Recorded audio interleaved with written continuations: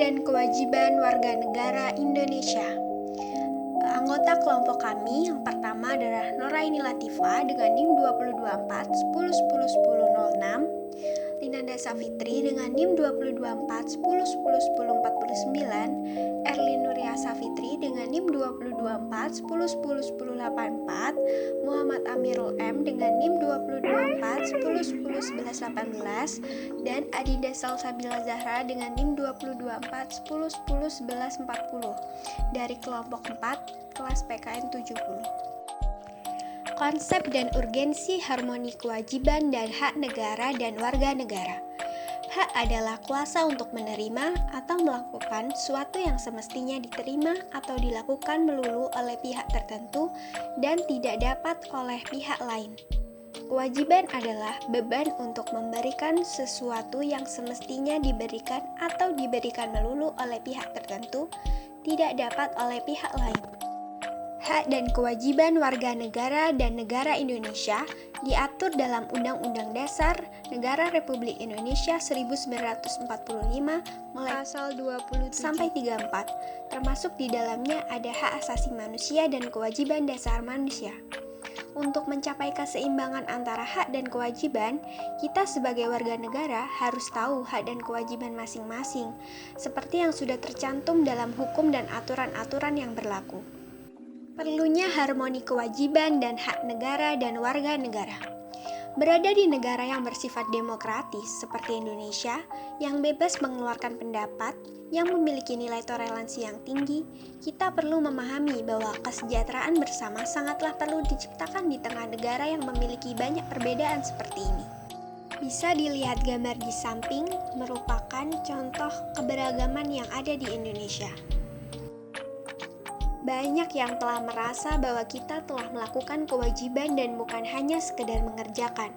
Namun bagaimana hasil dari apa yang kita kerjakan benar-benar memberikan perubahan terhadap kemajuan negara dengan baik. Padahal kenyataannya kita hanya melakukan kewajiban seadanya. Akhirnya menyebabkan terjadinya ketidakseimbangan terhadap hak dan kewajiban dari masing-masing warga negara. Pentingnya menjaga keseimbangan antara hak dan kewajiban. Yang pertama, karena manusia adalah makhluk individu sekaligus makhluk sosial. Maka di samping memiliki hak, dituntut kewajiban untuk memerhatikan orang lain. Yang kedua, karena kebahagiaan akan tercapai apabila dikembangkan hubungan selaras, serasi, dan seimbang antara individu dan masyarakat. Dan yang terakhir, karena kita warga negara memiliki hak dan kewajiban yang sama tanpa membedakan suku, keturunan, ras, maupun kedudukan. Sumber historis, sosiologis, dan politik tentang harmoni kewajiban dan hak negara dan warga negara Indonesia. Historis. Perjuangan hak sudah terjadi di dunia barat. John Locke, seorang filosof dari abad ke-17 yang pertama kali merumuskan adanya hak alamiah atau natural right yang melekat pada setiap diri manusia, yaitu hak atas hidup, hak kebebasan, dan hak milik. Kemudian perkembangan selanjutnya ditandai dengan adanya 3 peristiwa penting di dunia barat, yaitu Magna Carta pada tahun 1215, Revolusi Amerika pada tahun 1276, dan Revolusi Perancis pada tahun 1789. Dan sejak abad ke-20, konsep tentang hak asasi terus berkembang. Sosiologis. Tuntutan tidak hanya tentang pemenuhan hak, melainkan juga kewajiban untuk mengembangkan solidaritas sosial dalam rangka kebahagiaan hidup bangsa secara menyeluruh. Politik. Sumber politik yang mendasari dinamika kewajiban dan hak negara dan warga negara Indonesia adalah proses dan hasil perubahan Undang-Undang Dasar Negara Republik Indonesia tahun 1945 yang terjadi pada era reformasi. Pada awal era reformasi, pertengahan 1998, muncul berbagai tuntutan reformasi di masyarakat. Tuntutan perubahan Undang-Undang Dasar Negara Republik Indonesia 1945 merupakan suatu terobosan yang sangat besar. Esensi dan harmoni antara hak dan kewajiban sebagai warga negara Indonesia. Mencapai keseimbangan antara hak dan kewajiban dengan cara mengetahui posisi diri kita sendiri. Hak dan kewajiban di Indonesia ini tidak akan pernah seimbang apabila masyarakat tidak bergerak untuk merubahnya. Untuk memahami persoalan lebih lanjut, bisa kita memakai pendekatan kebutuhan warga negara dalam bidang berikut. Agama. Dalam hal ini, cita-cita bersama untuk mewujudkan kehidupan beragama juga merupakan bagian yang diatur dalam Undang-Undang Dasar.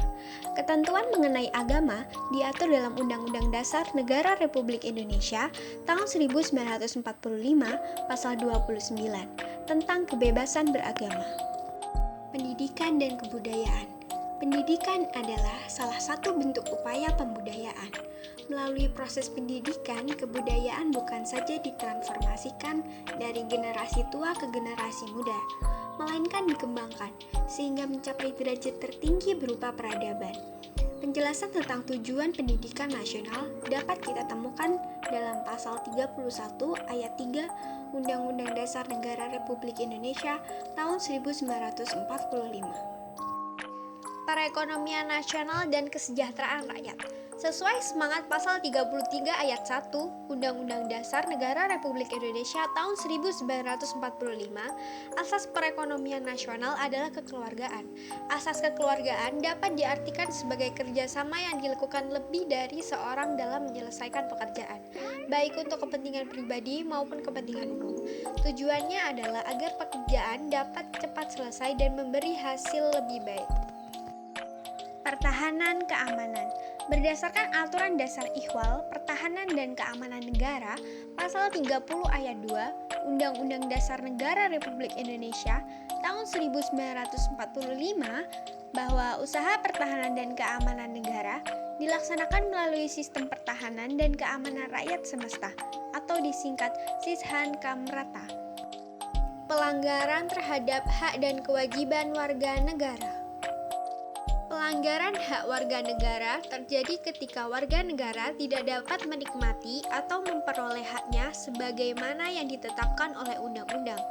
Pelanggaran hak dan pengingkaran kewajiban warga negara antaranya disebabkan oleh faktor-faktor berikut. Yang pertama adalah sikap egois atau terlalu mementingkan diri sendiri. Yang kedua adalah rendahnya kesadaran berbangsa dan bernegara, sikap tidak toleran. Kasus pelanggaran hak warga negara. Yang pertama adalah proses penegakan hukum masih belum optimal dilakukan. Yang kedua, tingkat kemiskinan dan angka pengangguran di negara kita masih cukup tinggi. Yang ketiga, makin merebaknya kasus pelanggaran hak asasi manusia seperti pembunuhan, pemerkosaan, kekerasan dalam rumah tangga, dan sebagainya. Kasus pengingkaran kewajiban warga negara. Yang pertama, membuang sampah sembarangan. Yang kedua, melanggar aturan berlalu lintas. Yang ketiga, merusak fasilitas negara, misalnya mencoret-coret bangunan milik umum, merusak jaringan telepon. Yang keempat, tidak membayar pajak kepada negara seperti pajak bumi dan bangunan, pajak kendaraan bermotor, retribusi parkir, dan sebagainya. Upaya pemerintah dalam penanganan kasus pelanggaran hak dan pengingkaran kewajiban warga negara. Yang pertama, supremasi hukum dan demokrasi harus ditegakkan. Yang kedua, mengoptimalkan peran lembaga-lembaga selain lembaga tinggi negara yang berwenang dalam penegakan hak dan kewajiban warga negara. Yang ketiga, meningkatkan kualitas pelayanan publik untuk mencegah terjadinya berbagai bentuk pelanggaran hak dan pengingkaran kewajiban warga negara oleh pemerintah. Cukup sekian dari kami, terima kasih.